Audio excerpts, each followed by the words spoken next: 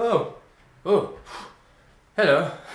Didn't see you come in there. This is a little bit embarrassing because, well, I'm busy looking at how terribly I messed up my first attempt at liquid cooling, and I really was hoping no one would see it. Ooh.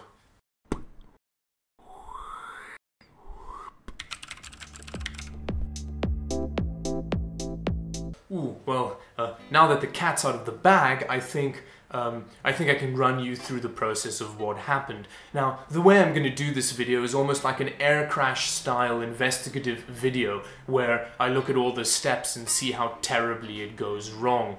Now, this first clip that we're going to look at is the second morning after I've put all the water blocks and stuff on, and I had done 2 runs already. I was so proud of myself at this point. Little did I know. Let's have a look and see how it goes. Okay, so we're back with vlog style. It's the next morning, and I've come back from, you know, the brink of wanting to commit mass murder with a bit of copper tubing after last night. Actually, to be fair, I only gave up about 3 or 4 times last night. But, like I said in the previous bit of video, I have some tubing going, and I'm really excited about the result, and it's now motivated me to kind of try and finish it. So what I need to do today, and I actually feel semi-ready for it, I have this amount of copper tubing left. Hopefully it's enough, considering all of the mistakes that I'm almost definitely going to make. Yeah, so what still needs to be done, let's get a bit of a closer look at the PC, and I think I went through this in the previous vlog as well. So this bit over here is also one of the big issues in the build, because the 2 ports are like just kind of lined up, but they're not, and they're only this far apart, and that is pretty much hell to connect without fittings if you're trying to do it just with like a bit of run of like even soft tubing makes it really difficult. But let's see me discuss kind of how I think the whole process is gonna go, even though that's not at all how it went. I'll kind of chop and change what I need. But I need to connect these 2. As you can see, they're not quite straight, but luckily copper isn't ever that straight, so hopefully I'll be able to kind of have it not that straight in the right way. So naive. And then I need to come from back here. Oh, the lighting's so bad. I need to come from back here to the CPU inlet over here. Okay, well, that's enough of me trying to figure out how to do the bends, because, well, it didn't work out in that way at all. I think I'm gonna jump to the next clip where I'm actually looking at my finished product. So having done that bend from the inlet of the CPU up to the first radiator. Okay, so this is episode, what, 3 or 4 of David's descent into madness. This is pretty much the worst thing I've ever done in my life. But yeah, so it's starting to come together though. So here, as you can see, I've got the bend from the radiator to the CPU going. Yay! Well, you see me jumping from this bend being done and then that one happening. So that's not what happened. What happened was I went through 2 tries. Here, which one's number 1? I think this was number 1 attempt. So this graveyard here of pipes actually represents 2 of the biggest problems that I had with the build. The first one being not having enough copper pipe. I only had 3 meters, which would be enough if I wasn't incompetent and had to try every bend like 4 times. But the thing is, the reason this was a really big issue is because where I live, and we'll see this later, it's really difficult to get your hands on copper piping. And the second problem was the actual pipe bender thing that I had. This pipe bender had a really wide bend radius, which means that in a case as small as the Enthoo Pro M, you need tight bends, and the bender just couldn't do it, and it meant that I couldn't line the pipe up directly with the fitting so that it makes it watertight, and it just didn't work, and it's infuriating. But let's keep looking and see what happens. Number 1 at that bend. This is an attempt of it as well at some point. I don't know when. Was this? Yes, no, this is attempt number 1 actually. This is attempt number 2. I think this is attempt number 3. And with attempt number 3, what I realized was the radiator had to go further back. The minimum bending distances on the pipe bender that I have, probably gonna have to beep that. The pipe bender that I have there means that the radiator had to be further back. So I had to remove this rear exhaust fan, which sucks. I really wanted that fan there, but you know, you live and learn. So the bends don't quite line up, but that's okay. They still look really cool.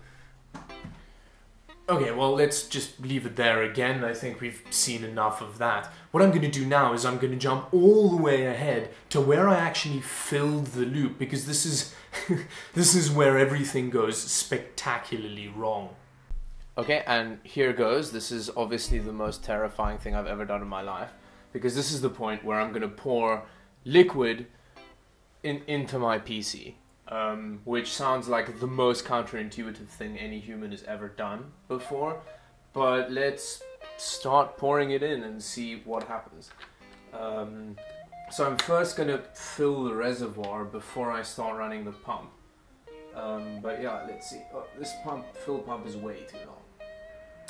Okay, I'm gonna stop you right there. This is what was the issue with this whole build, is that attitude of me where I kind of look at this pipe that's way too long, kind of holding it up here and going, wow, this pipe is way too long, it might lead to an issue, and then just powering ahead with the stupid thing that I'm busy doing anyway. All I had to do was cut it in half, and it would have been so much easier. Why did I do that to myself? And I did that, like, throughout the build. I kind of looked at a thing and I went, that kind of doesn't really fit, but it fits more or less. Maybe it's watertight, maybe it's not. Let's see what happens.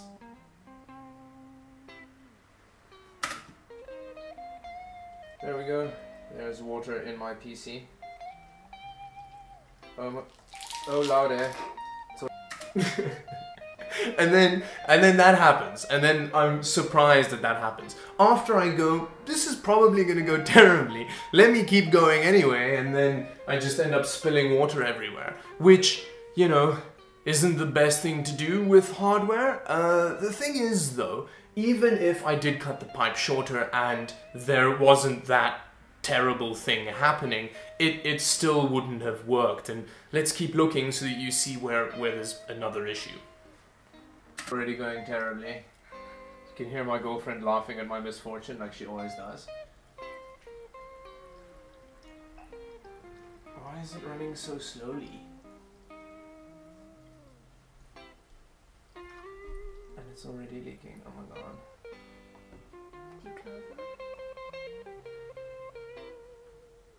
Oh god, it's like leaking everywhere already. Okay, well, now there's a lot you can learn here. First of all, and I think the biggest takeaway from something like this for custom liquid cooling is just think twice. Or if you're as incompetent as I am, think 3 times. Because I did think twice in this situation. The second time I thought, I went, wow, this is a bad idea, and then just powered ahead. Now, think 3 times, and if it looks like it might not work, do it again. Because the thing is, you're not busy trying to, you know, do something that if it goes terribly wrong, you just kind of giggle at yourself and go on. If you go wrong here, you might actually destroy some hardware.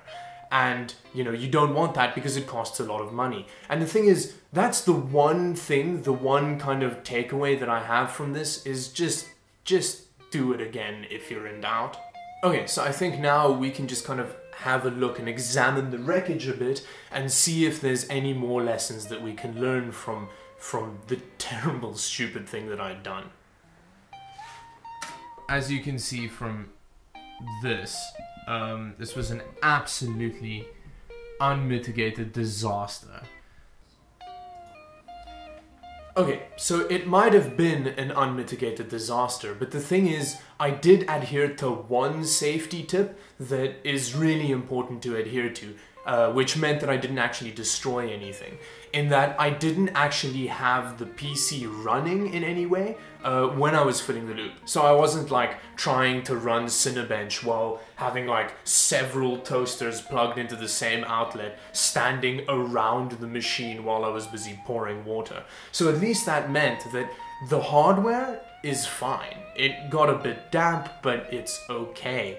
And yeah, I think that at least you can give me a little bit of credit for that, even though I am gonna get so much ridicule for how I dealt with this situation. But, you know, I was a noob, or am a noob in this situation, and yeah, let's see if I reach any other realizations even before this point, even though all of the damage had been done at this point.